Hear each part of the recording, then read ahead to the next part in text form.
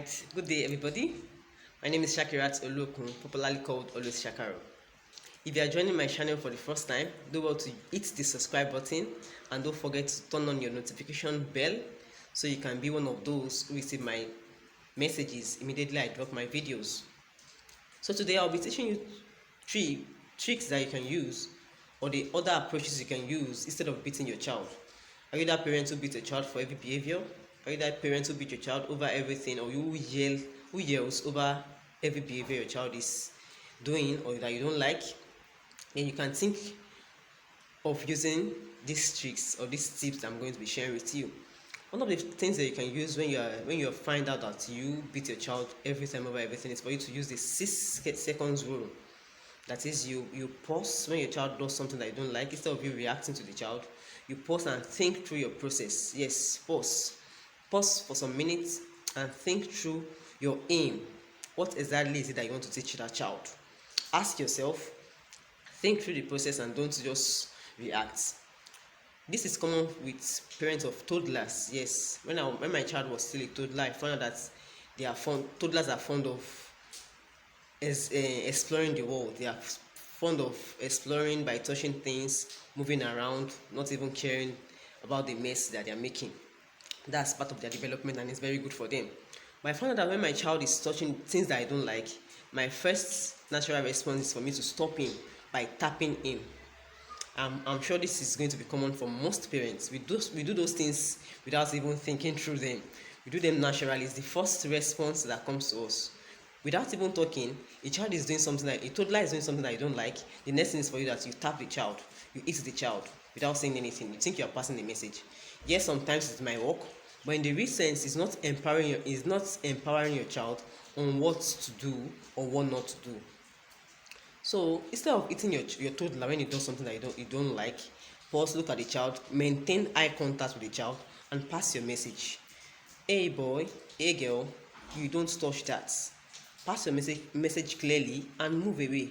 Distract the child by taking the child away from what you don't want the child to do. Instead of hitting that child, you hear people give you that popular advice that hit the child. Once you hit the child very well, the child will stop doing that.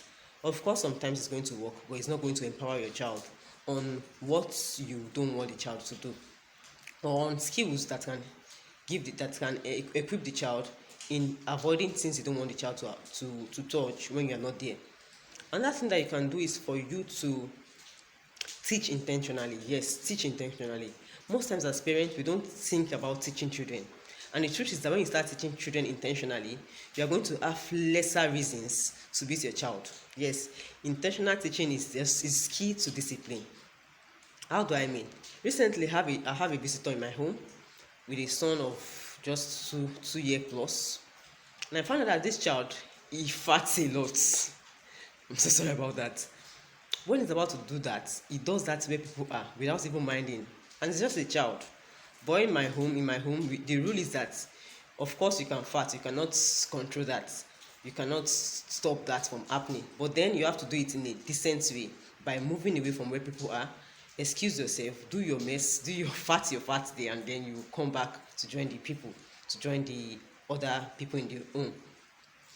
So I was like, I called this child that, come, hey boy, you don't do that in our house. When you want to fart, you excuse yourself, you come outside. When you finish farting, you come back inside. When I was telling him, my son was like, age 9 was like, Mommy, do you think this child can hear what you are saying? He's just nodding his head. He doesn't understand what you are saying. I told him, no, don't say that. You understand what I'm saying. So for at least in a day, I found out that I was telling him continuously for like 6 to 5 times a day.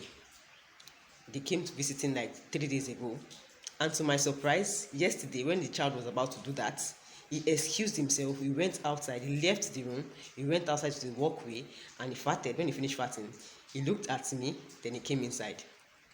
I now called his brother. Can you see that? You were telling me that he's too young to learn, that he's just nodding his head, but I told you that he's learning. Can you see that he's learning? So in whatever thing you want to teach your child, make sure you are consistent and you teach intentionally. When you teach intentionally, you have lesser reasons to beat your child, believe me you. And when you start early enough with them, there will be no point for you to beat unnecessarily. There will be no point for you to beat to correct a child. Because when you beat a child, in the real sense, you are not influencing that child. You're only telling the child that the child cannot change that behavior except through beating. So each time you're about to beat your child over a particular behavior, think through your process and teach intentionally. What is that thing that you don't want your child to do? What is that thing that you want your child to do? Start teaching intentionally and give it time. Be consistent with it and see drastic changes in your child's attitude. I hope you found this video helpful. Do well to leave your comments below. I look forward to your comments. Thank you. Bye.